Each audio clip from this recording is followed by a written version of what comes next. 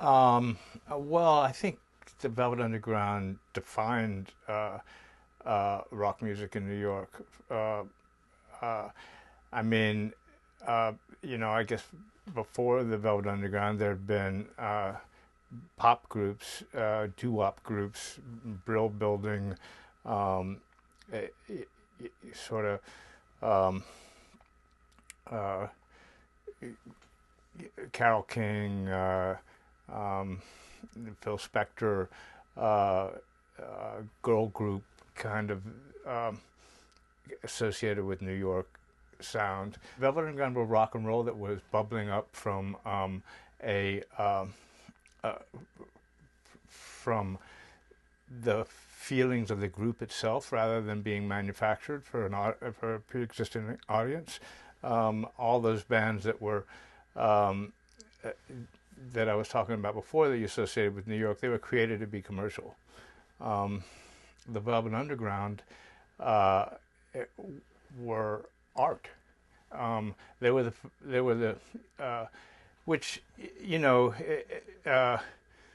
to me isn't something pretentious like um, original rockabilly was art in the sense that it was being created by the musicians who were making the music, and the point of it was to release something from inside themselves that expressed their feelings and excited them the way the music that inspired them um, excited them.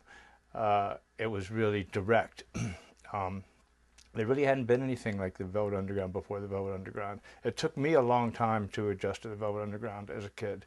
I came from Kentucky to New York, and when I was a teenager, when I first heard the Velvet Underground, when I was 17 or 18, they sounded ludicrous to me. They sounded like a really bad Bob Dylan imitation.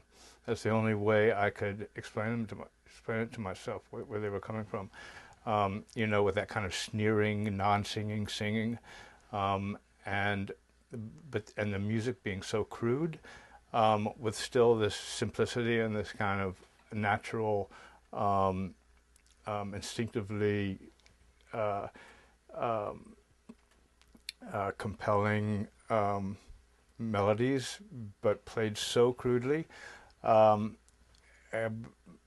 but now, after all these years, the Velvet Underground is really the most reliable music there is for me. Of all the bands and of all time in rock and roll, if I want to put on something that will satisfy me, I reach for the Velvet Underground. um, uh, it's amazing. I mean, I, uh,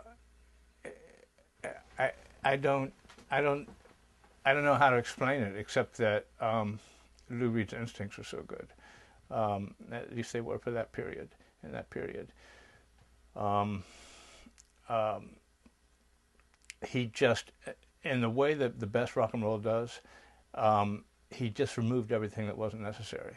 But you were so used to having all this polish and all these frills that it was hard to adjust to at first. It was for me.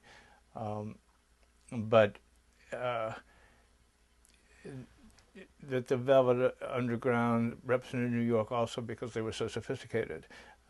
We talk about how crude they are, but in terms of their subject matter, there hadn't been the treatment of that kind of, except maybe in the roots blues, where they would talk about drugs and talk about knife fights and talk about what was actually happening in the lives of the people who were creating the music. That's what the Velvet Underground did without, it was the opposite of Chuck Berry. I mean, there's a lot to love about Chuck Berry, but his movie was really manufactured for white high school kids. That was his whole purpose, to write about cars and, a sweet little 16, and the Velvet Underground wrote about what you really lived with in New York, which was heroin and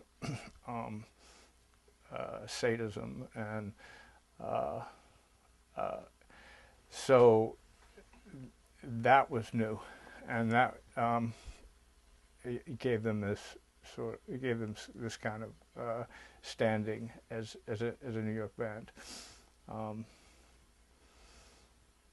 So yeah, from my point of view, from where I'm coming from, for the music that interests me, um, they're really the standard. Um, and as far as I'm concerned, nobody has exceeded what they did.